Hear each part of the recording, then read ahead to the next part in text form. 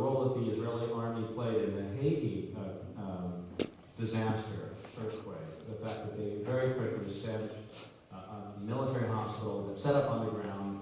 This again is an example in Israel of the military can take care of things. Meanwhile, diplomacy, from their perspective, has not gone well at all.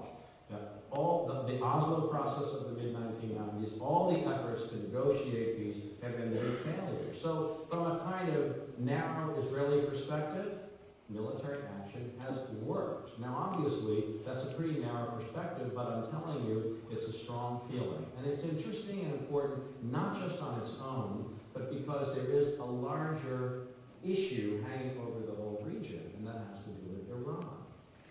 Iran is, of course, in the process of, in the view of most Western intelligence services, trying to build a nuclear weapon. Now, from Israel's perspective, this is about as bad as things can get. Remember, if you were to try to put up a kind of slogan on the wall of Israel, it would be 2 words, never again. The whole point of the place is that the Jews don't want to be threatened the way they felt threatened in the 1930s and 40s. So from their perspective, an Iranian bomb has the kind of risk to them, at least from their perspective, the way they see the world. And that's important because if we realize that the military is the address for success and diplomacy has failed, and there is this threat, then you see where thinking is going in Israel. The Israeli military and its intelligence services are watching Iran very, very closely. It doesn't mean they're getting it right. One thing I've learned is intelligence is like journalism, not necessarily reliable. But they've got what they can, and it's very important to them, and there are some very serious Persian speakers sitting around in the defense ministry in Tel Aviv, watching the place and analyzing it. And what they have effectively set up for themselves is a series of ticking clocks, if you like. The first one is Iran's enrichment of uranium, low enrichment of uranium, as it's called, where you enrich uranium to 4%. If you want a bomb, you need about 80 or 90%. Now, the more low enriched uranium you have, the faster you can create the material for a bomb. The basic view is these thousands of centrifuges are spinning, Iran is doing this, and if it were to decide today that it is not going to let inspectors stay, it was not going to worry about the world's view of it, it wanted to build a bomb, it would take them about a year. But in a year, it might only take them 4 to 6 months. And so that's one ticking clock. How much LEU, low enriched uranium, is being made in Iran? One clock ticking. Second clock ticking is the ability of Iran to withstand an Israeli attack. Because, let me tell you, they're thinking about it, okay? I'm not recommending it, I'm not endorsing it, I'm telling you what's going on. They are thinking about it. And the question is, if they attack, will it succeed? So, what can Iran do to stop it? Iran has been trying to get Russia to sell it the S-300s, and it's also been trying to develop its own anti-missile system. And so far, Russia has just refused. It said in 2007 it would, but so far it hasn't done so under a lot of American pressure. But we don't know, and the Israelis don't know when that clock is going to tick in a way that there will not be possible any longer to have effectively, successfully attack Iran's nuclear areas. Then, of course, there's the question of American-led diplomacy, which sort of has run its course, it seems, after the rigged election of last June and the general sense that the Iranians are not all that interested in a deal. There are basically 3 options, right? Diplomacy, sanctions, military action. It seems like diplomacy is kind of running its course, and the Americans are now moving into a sanctions approach. And the Israelis have always been behind pushing the Americans to say, okay, let's get past these sanctions, so that we know we have to do them in order to know what really has to be done.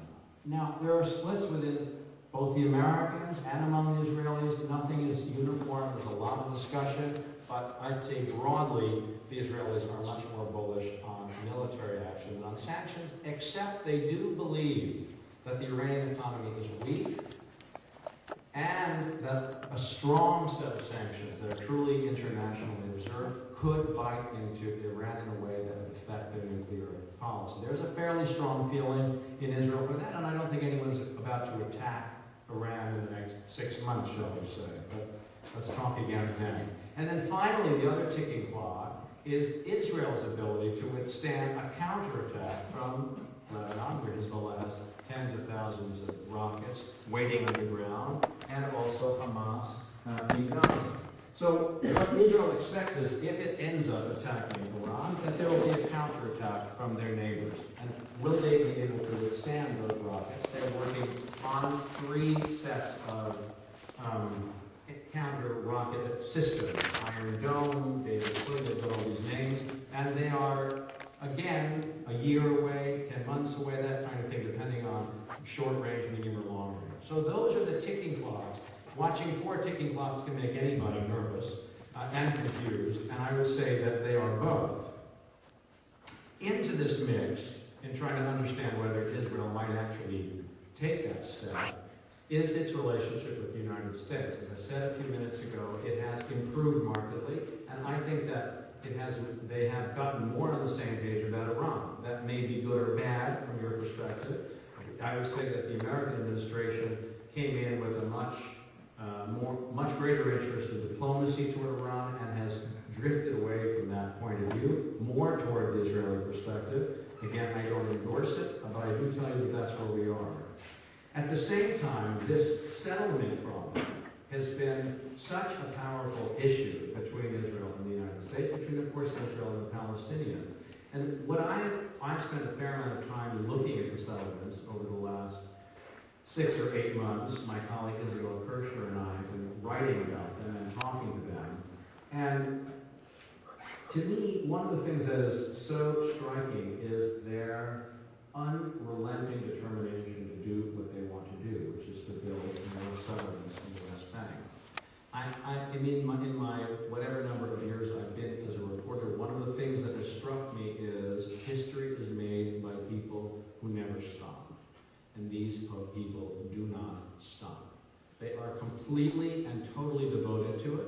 And it's important to understand that they're not going to just walk away because someone has declared a moratorium. So I go out in the West Bank just 2 weeks ago for a long day of looking, and there is a lot of building going on that you wonder, is there really a moratorium at all?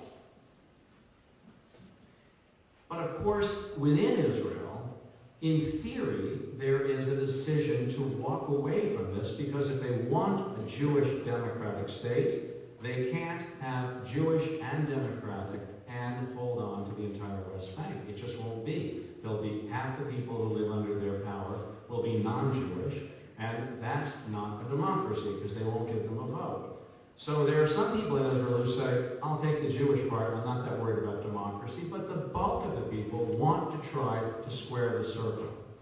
And that is going to be very, very difficult given the 300,000 people who live in the West Bank, 300,000 Israeli Jews who live in the West Bank, who, believe me, do not want to move. One of the things that has also struck me about the settlers, and many of them are not religious, but the ones who are, is the incredible fervency that they feel to the land, an almost erotic attachment to the land, and to their sense of their place in history. You know, it's one of the things that's fascinating about Israel to me is the way in which people feel that they're making history just by walking down the street. The way that they are part of God's plan just by walking down the street. And that is an incredibly powerful phenomenon and not very useful for rational discourse. But it is growing in Israel, and it's going to make it much harder to come to terms with a two-state solution. Now back to the journalism question for a minute. One of the things also that people